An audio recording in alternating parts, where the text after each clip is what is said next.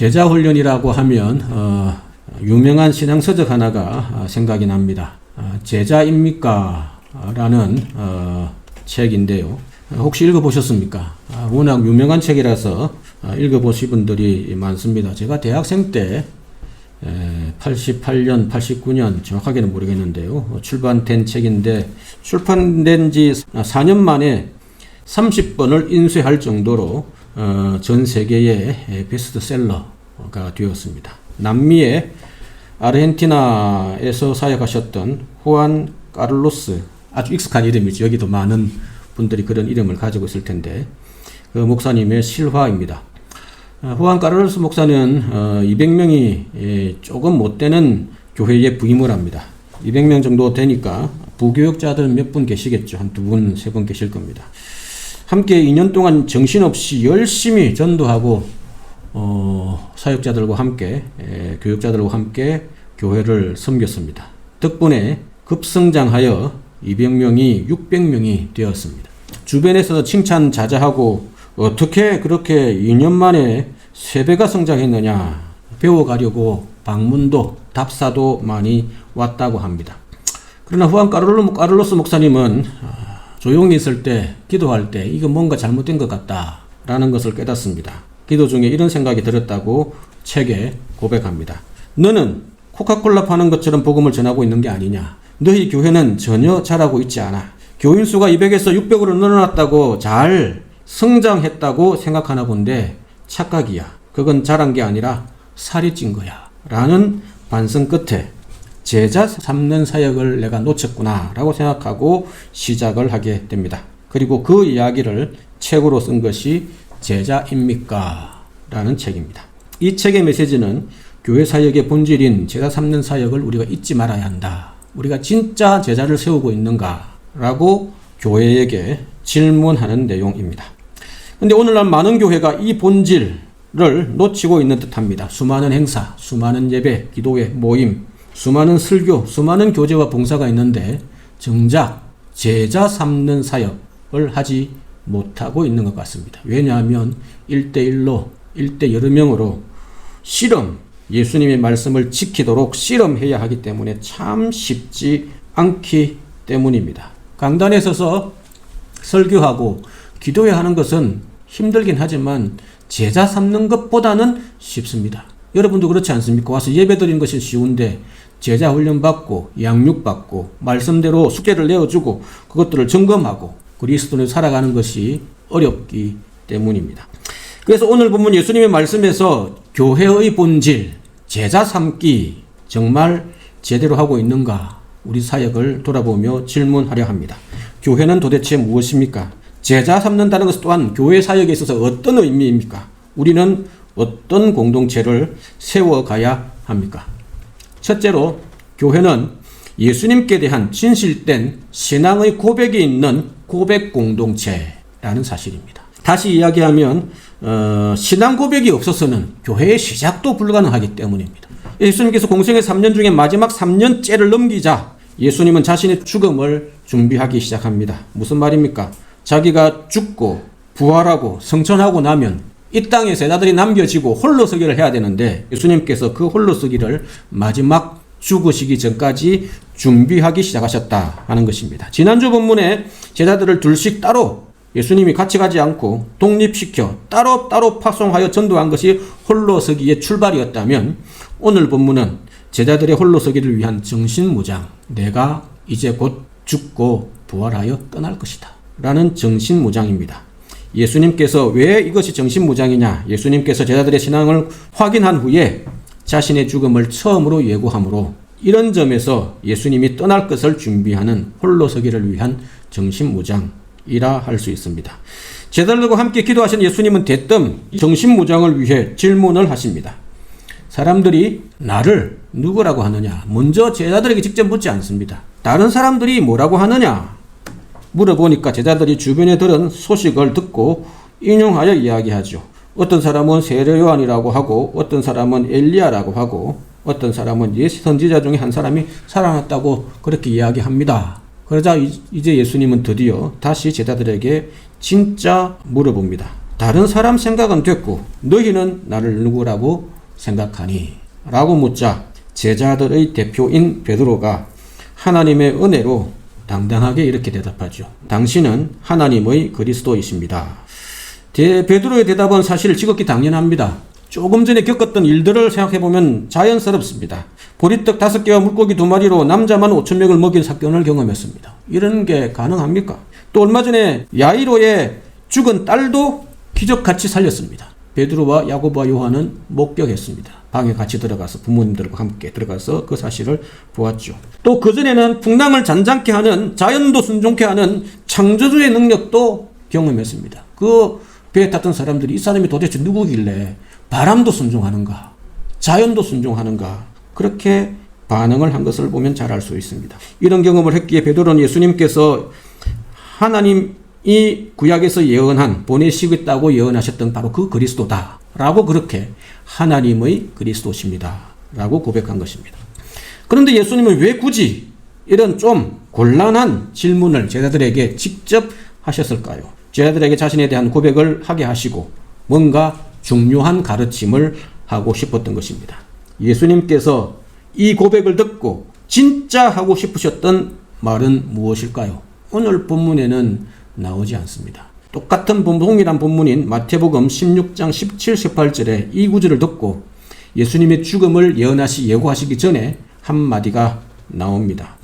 마태복음 16장 16절에서 베드로가 고백을 하죠. 예수님은 하나님의 아들이시고 나의 하나님이십니다 라고 고백을 하자 예수님께서 이렇게 이야기하십니다. 바요나 시모나, 네가 복이 있도다. 이를 내게 알게 하신 이는 혈육이 아니요 하늘에 계신 하나님이시다. 그리고는 중요한 얘기를 합니다. 내가 너희에게 이르노니 너는 베드로 반석이다. 내가 이 반석 위에, 이 고백 위에 나의 교회, 내 교회를 세우리니 음부의 권세가 이기지 못하리라. 사실 예수님은 이 말씀을 하고 싶어서 너희는 나를 누구라 하느냐라고 물어보셨습니다. 예수님은 이제 6개월 정도인가요? 조금 지나고 나면 고난을 받고 십자가에 달려 죽으실 예정입니다. 그러니 이제 제자들을 위해 다음을 준비해야 합니다. 그래서 예수님은 자기에 대한 제자들의 신앙 고백이 필요했습니다. 그렇게 질문을 하고 세상 사람들이 뭐라고 이야기하지 모르겠는데 너희들은 나를 누구라고 생각하느냐? 너희들이 생각하는 신앙의 고백을 내가 듣고 싶다 라고 하자 하나님의 지혜로 베드로가 신앙을 고백합니다. 예수님은 그 베드로의 신앙의 고백 위에 내 교회, 나의 교회, 예수님의 교회를 세우시겠다고 예수님이 부활 승천하신 이후에 교회의 미래를, 제자들의 제자 공동체의 미래 계획을 미리 밝혀주셨습니다. 이처럼 교회는 예수님께 대한 신앙 고백 위에 세워집니다. 예수님께 대한 신앙 고백이 없다면 사실 신앙인이 아닙니다. 그리고 교회의 멤버가 될 수 없습니다. 그렇다면 예수님이 언급한 교회는 이것이 언제부터 세워집니까? 그것이 오늘 본문에 나옵니다. 이르시되 베드로가 고백을 하니까 오늘 본문에서 이렇게 이야기하죠. 인자가 많은 고난을 받고 장로들, 대제사장, 서기관들에게 버림받고 죽임을 당하여 제3일에 살아날 것이다. 제자들은 제3일에 살아난다는 그 말은 귀에 들어오지도 않습니다. 예수님이 죽는단다. 예수님 고난을 당한단다. 큰일 났다. 그런 생각만 하게 되죠. 예수님께서 십자가에 죽으시고 3일 만에 부활하시고 나면 제자들은 예수님께 대한 신앙 고백 위에 드디어 교회 공동체를 세우게 될 것이다 라고 이야기한 것이 오늘 본문의, 그리고 마태복음의 본문의 말씀입니다. 이것이 오늘 우리를 향한 예수님께서 하늘로 승천하신 이후에 우리의 미래, 제자들의 미래, 공동체의 미래 계획입니다.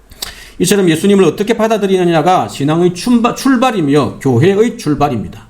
교회는 신앙의 고백 위에 세워집니다. 우리의 신앙은 예수님께 대한 고백이 분명해야 신앙의 기초가, 교회의 기초가 흔들리지 않습니다. 여러분의 신앙의 고백, 여러분은 어떻습니까? 실제로 생존하셨던 역사적인 인물이 있었다는 것은 너무나 분명하기에 부정하지 못합니다. 세계의 역사에 분명히 나오고 유대의 역사, 이스라엘 역사에 분명히 생존하셨던 분이기 때문에 부정할 수 없습니다. 그것을 인정합니다. 그런데 2000년 전 그 예수님이 지금도 부활하셔서 여러분에게 구원자시며 주인이시며 하나님의 아들 되시는가 하는 것입니다. 이것이 분명해야, 이것이 받아들여져야 신앙이 출발하게 됩니다. 우리 공동체는 어떻게 됩니까? 예수님께 대한 공동체의 신앙의 고백이 있습니까?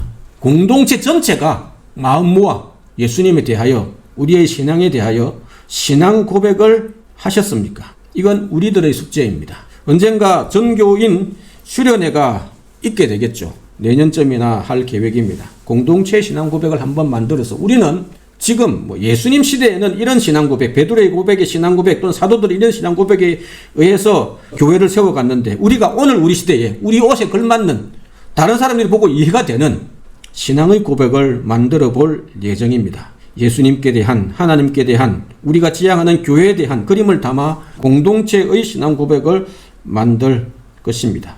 이런 질문에 대한 정확하게 답을 할 수 있어야 신앙의 출발이 가능하고 공동체의 기초가 흔들리지 않게 될 것입니다. 예수님께 대한 우리의 신앙 고백이, 저와 여러분의 신앙의 고백이 분명하고 예수님께 대한 공동체의 고백 또한 분명히 할 수 있으므로 건강한 개혁교회를 함께 세워나가는 마드리드 사랑의 교회 되시기를 주의 이름으로 간절히 소망합니다. 둘째로, 교회는 예수님을 따르는 제자 공동체입니다. 같은 말 같기도 하고 비슷한 말 같기도 하지만, 먼저는 신앙 고백이 있어야 교회가 된다, 예수를 믿게 되는 것이다 라는 말씀을 드린 것이고, 두 번째는 그런 예수님에 대한 신앙을 고백한 공동체는 어떤 공동체냐, 바로 제자 공동체입니다. 오늘 23절에 나오는 내용입니다. 예수님께서 신앙 고백을 하자 자신의 죽음을 알려주신 이후에 이렇게 이야기함. 아무든지 나를 따라오려거든 자기를 부인하고 날마다 자기 십자가를 지고 나를 따라야 한다. 반복되는 것이 예수님을 따르는 것입니다. 예수님께서 제자들의 신앙 고백을 듣고 자신의 죽음을 예고하신 후에 제자의 도에 대해서, 예수님을 따른다는 것이 어떤 의미가 있는가에 대해서 말씀하신 이유가 무엇입니까? 예수님께 대한 신앙 고백 위에 세워진 교회는 다름 아닌 제자들의 공동체라는 뜻입니다. 그런데 오늘날 많은 교회들이 교회가 제자 공동체라는 사실을 잃어버립니다. 부활하신 예수님께서 제자들에게 부탁하셨던 마지막 모든 민족을 제자로 삼으라 라는 명령을 단순히 전도하고 선교하는 것으로 단순화시키고 말았습니다. 그래서 전도하여 교회의 성도들로 가득 채워 놓았지만, 제자가 되어서 또 다른 사람을 제자 삼는 바울이 디모데에게 부탁하고, 디모데가 또 다른 충성된 사람들을 잘 제자 삼아 그들이 또 다른 사람들을 제자로 삼을 수 있는 그런 제자 삼는 교회 세우는 것을 잊어버리고, 평범한 예수만 믿고 교회만 다니고 구원만 받고 스스로 평범한 성도가 되어서 수동적으로 신앙생활을 하게 만들고 있는 것은 아닌가 하는 것입니다. 오늘날 많은 성도님들이 예수 믿을 때 자기 스스로가 제자 되었다라는 사실을 망각하고 있습니다. 잊어버리고 있습니다. 저만 제자가 아니라 여러분 모두가 제자입니다. 구원받은 모두가 하나님의 제자, 예수의 제자라는 사실입니다. 사랑방 모임은 우리 교회가 제자 공동체로 나아가기 위한 첫 번째 관문 스텝입니다. 단순히 구역 예배가 아닙니다. 성경 읽기도 서로 점검하고 개인 기도 시간도 갖도록 독려하고 생활 속에서 신앙의 훈련을 제대로 받도록 도전하고 격려하기 위한 모임이 바로 사랑방 모임입니다. 왜냐하면 제자는 그냥 만들어지지 않기 때문입니다. 훈련으로 됩니다. 군인이 되고 싶다고 그냥 군인 됩니까? 군에 들어가서 신병교육대에, 신교대라 그러죠. 들어가가지고 4주, 6주, 8주, 장교는 군대의 리더가 되려면 더 오랜 훈련을 받습니다. 3개월씩 훈련을 받고 군사로 세워진다는 것을 생각하면 예수 믿는 신자는 훈련으로, 제자는 훈련으로 만들어지는 것이 당연합니다. 어떤 분들은 오늘 말씀처럼 자기를 부인하라, 십자가를 져라 라는 말 때문에 예수님의 요청을, 제자됨의 부르심을 부담스러워 하시는 분들이 있습니다. 그래서 우리는 착각하죠. 우리의 모든 것을 주님께 맡기면 우리의 모든 것을 내 마음대로 못할 것처럼 걱정하고 우려하여 제자되기를 꺼려합니다. 그러나 우리가 우리의 모든 것을 우리 주인 되신 예수님께 드린다고 해서 예수님께서 자기 마음대로 사용하지 않으십니다. 우리가 우리 모든 것을 주인이 예수님심을 인정하고 예수님을 주인으로 모시고 제자 되기로 결심하여 예수님을 모셔드리면, 그 모든 것을 예수님께 드리면 예수님은 우리 모든 것에 대한 소유권을, 그래 고맙다 하며 모든 것의 소유권은 넘겨받으시고 우리 모든 것에 대한 사용권은 다시 우리에게 돌려주십니다. 그리고는 이렇게 말씀하시죠. 이 모든 것이 나의 것이지만 나의 것으로 인정하고 주었으니 너무 고맙구나. 너에게 사용할 수 있도록 맡겨주마. 주인의 뜻대로 잘 사용하기를 바란다. 주인의 뜻은 이미 말씀 안에 어떻게 사용할지에 대해서 충분히 나의 뜻은 담겨 있단다. 그것을 깨닫고 주인이 원하는 대로 잘 사용해 보거라 라고 말씀하십니다. 이처럼 예수의 제자가 되어 이 세상을 살아가는 것은 결코 이상한 삶을 살아가는 것이 아닙니다. 많은 분들이 착각하죠. 제자가 되면 모든 것을 포기해야 할 것처럼 착각합니다. 많은 분들이 주저합니다. 제자가 되면 결혼도 포기하고 광신도가 되는 것처럼 아닐까 염려하며 착각합니다. 그렇지 않습니다. 예수님께서 공생의 3년 동안 제자들을 훈련할 때는 집을 떠나 가족들을 떠나 살았지만 그들은 베드로도 결혼하고 가정을 꾸리고 자신에게 주어진 인생을 함께 제자로서 잘 살아갔다는 사실을 우리는 기억해야 합니다. 예수의 제자가 되는 것은 이제부터 참된 나 자신이 되는 것과 마찬가지입니다. 왜냐하면 에덴 동산에서 범죄하여 잃어버린 하나님의 형상을 이제는 예수 믿고 드디어 회복하기 시작하기 때문에 다시 말하면 참된 나를 이제 찾기 시작하는 것입니다. 나를 부정하고 예수님만을 위해 살아가는 것이 아니라 예수님을 위해서 살아가는 것은 나의 참된 모습을 회복하는 것이기 그것과 동일한 것입니다. 이제부터 진짜 참된 나 자신이 되어 공짜로 주신 모든 것을 청지기로 관리하는 것이 제자로 살아가는 삶입니다. 따라서 우리가 닮아야 할 모습은 예수님입니다. 제가 여러분의 모델이 아닙니다.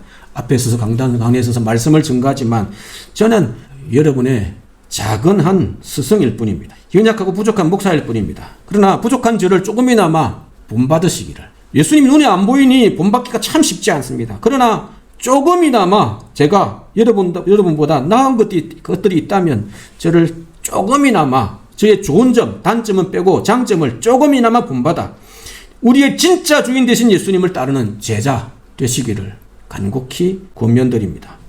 저를 보십시오. 저의 과거를 여러분들은 잘 모르죠. 남들 앞에 서면 머리가 하얘지고 꿀먹은 벙어리가 되었던 꼬마였었습니다. 어릴 때 그랬죠. 무엇 때문인지 모르겠습니다. 나중에 그런 설명들을 더 드릴 수 있을 때가 있겠죠. 그러나 예수 믿고 나서 예수님 때문에 자신을 극복하고 담대히 하나님의 말씀을 선포하는 목회자가 되었습니다. 저 개인적으로는 이게 기적입니다. 사람 변하는 게 어디 쉽습니까? 쉽지 않습니다. 예수님 때문에 자신을 극복하게 되었습니다. 그래서 사명을 따라 이끌으신 대로 살았더니 예수님의 제자들이 순교한 이곳 스바나, 스페인 땅까지 와 강대상에서 말씀을 전하고 있습니다. 저에게는 이게 작은 기적이고 이게 저의 제자됨의 작은 증거입니다. 누가 예수님의 제자입니까? 제자란 특별한 사람만 될 수 있는 것이 아닙니다. 아무든지 누구든지 예수님에 대한 신앙이 고백이 분명하면 제자가 될 수 있단다. 제자란 특별한 기적과 특별한 사건을 경험한 사람만이 될 수 있는 게 아닙니다. 너무나 감사합니다. 제자란 돈 있고 빽 있고 실력 있는 사람만 될 수 있는 게 아닙니다. 너무너무 감사합니다. 제자란 누구든지 가능합니다. 제자란 누구든지 열심을 내기만 하면, 누구든지 자신을 희생하기로 주님을 위해 사랑하기로 결심만 하는 자라면, 누구든지 예수님을 따르겠다고 순종하기만 하면 될 수 있는 것이 제자입니다. 그래서 우리 모두가 주님의 제자임을 자랑하시고 제자 되시기를 소망합니다. 제자란 예수님을 선생으로 모시고 자신을 극복하며 자신의 십자가를 지며 자신의 인생을 주님께 드려가는 자들입니다. 직업을 포기하라, 공부를 하지 마라, 결혼을 하지 마라, 그 얘기가 아닙니다. 그건 이단들이 하는 얘기입니다. 성경에 그런 얘기가 나오지 않습니다. 제자들이 진짜 예수님을 주인으로 모시는 게 무엇인지를 보여주기 위해서 공생의 3년 특별한 기간 동안 예수님은 12제자를 70제자를 특별히 부르시고 제자 된다는 것이 이런 의미가 있단다 라고 보여주기 위해서 말씀하신 것입니다. 여러분 스스로 제자임을 자각함으로 마드리드 사랑의 교회가 신앙의 고백 공동체이면서 예수님의 제자 공동체로 한 단계 성숙하는 저와 여러분이기를 간절히 소망합니다. 세 번째로 교회는 어떤 공동체입니까? 예수님의 오심을 준비하는 하나님 나라 공동체입니다. 예전에는 27절에 있는 이 하나님의 나라라는 단어가 사실 잘 눈에 들어오지 않았습니다. 최근 들어 누가복음을 강론하며 제자 훈련을 시작하며 본문을 연구하며 예수님께서 전한 중심 메시지가 하나님의 나라였구나. 그렇다면 예수님의 모든 기적과 예수님의 모든 말씀을 하나님의 나라의 관점에서 보아야 되겠구나 라는 것을 깨달은 후에 들어온 단어 27절의 하나님의 나라입니다. 오늘 본문 25절, 26절, 27절은 종말에 대한 구절입니다. 마지막 때의 천사들과 인자가 하나님의 영광으로 올 때에 나를 인정한 사람들을 인정하겠다.